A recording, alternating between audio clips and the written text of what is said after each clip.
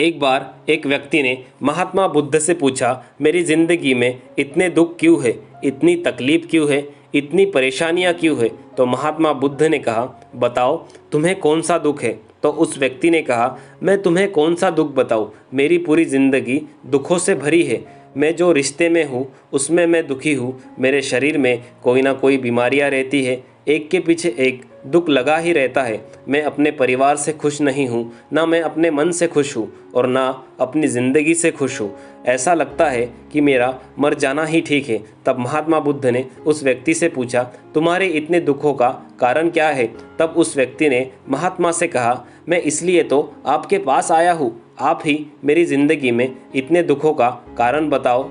तब महात्मा बुद्ध ने उस व्यक्ति से कहा, ज़रा गहराई से सोचो, देखो और विचार करो कि तुम्हारे दुख का कारण क्या हो सकता है। उस व्यक्ति ने बहुत सोचा पर उसे कुछ समझ नहीं आया। महात्मा बुद्ध ने उसे उत्तर दिया, तुम्हारे सारे दुखों का कारण तुम्हारा मोह है। तो उस व्यक्ति ने बुद्ध से कहा, मैं समझा नहीं, मेरे मन का मोह मेरे दुखों का कारण कैसे हो सकता है। तब बुद्ध उसे 3 छोटी कहानियां सुनाते हैं। वो कहते हैं, एक व्यक्ति पेड़ से चिपक कर चिल्ला रहा था, मुझे बचाओ, कोई मुझे इस पेड़ से छुड़ाओ, इस पेड़ ने मुझे पकड़ लिया है। तब वहाँ से एक गुरु और एक शिष्य गुजर रहे थे। उस शिष्य ने अपने गुरु से कहा, हमें इसकी मदद करनी चाहिए, ये इस पेड़ से चिपक गया है। तब गुरु ने कहा, इसकी कोई मदद नहीं कर सकता। तो शिष्य ने हैरान होकर अपने गुरु से पूछा, ऐसा क्यों, हम इसकी मदद क्यों नहीं कर सकते।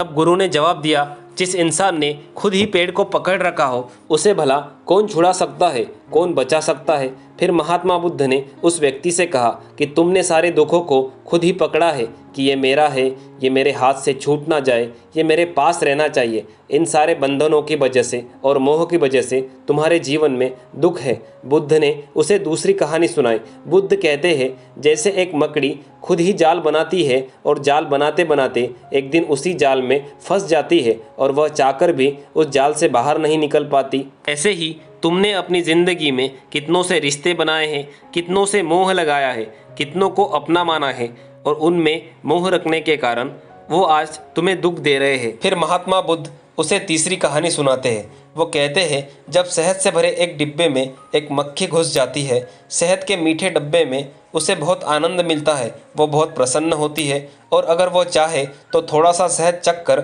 बाहर आ सकती है, लेकिन वह शहद के रस में इतना डूब जाती है, इतना खो जाती है कि वहाँ से उड़ना ही नहीं चाहती। उस शहद में उसके पैर और पंख फंस जाते हैं। जब तक उसका पेट भरता है वह बुरी तरह शहद से भर जाती है। फिर वहाँ से निकलने की बहुत कोशिश करती है, वो पीछे जाती है, दाएं जाती है, बाएं जाती है, लेकिन वहाँ से उड़ नहीं सकती। ठीक उसी तरह तुमने भी अपनी ज़िंदगी में रिश्तों में आनंद लिया है, सुख लिया है। शुरू में तुम्हें इन्होंने बहुत सुख दिया है, आज वही रिश्ते तुम्हें दुख दे रहे हैं। ऐसे ही जब कोई व्यक्ति स्वास्थ्य की परवाह ना करके स्वादिष्ट रसों के पीछे पड़कर कुछ खाने लगता है तो आगे चलकर उसका स्वास्थ्य खराब होने लगता है, उसका शरीर खराब हो जाता है और उसके शरीर में रोग आने लगते हैं। ऐसे ही जब मन में बहुत सारी आशाएं लेता है, उसके मन में धन का लोभ आता है। फिर चाहे उसके पास कितना भी धन क्यों ना हो, उसे तृप्ति नहीं मिलती, वो हमेशा और धन की तलाश में रहता है।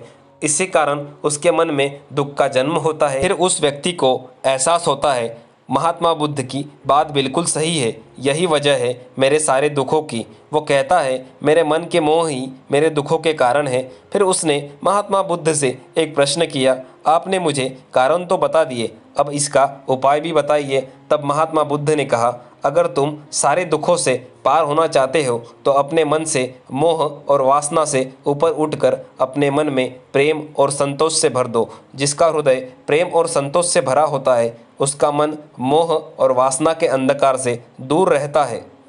इस कहानी से हमें यह सीख मिलती है, हमारे सारे दुखों का कारण हमारा मोह है। अगर हमें जीवन में खुश रहना है तो हमें मोह से दूर रहना होगा।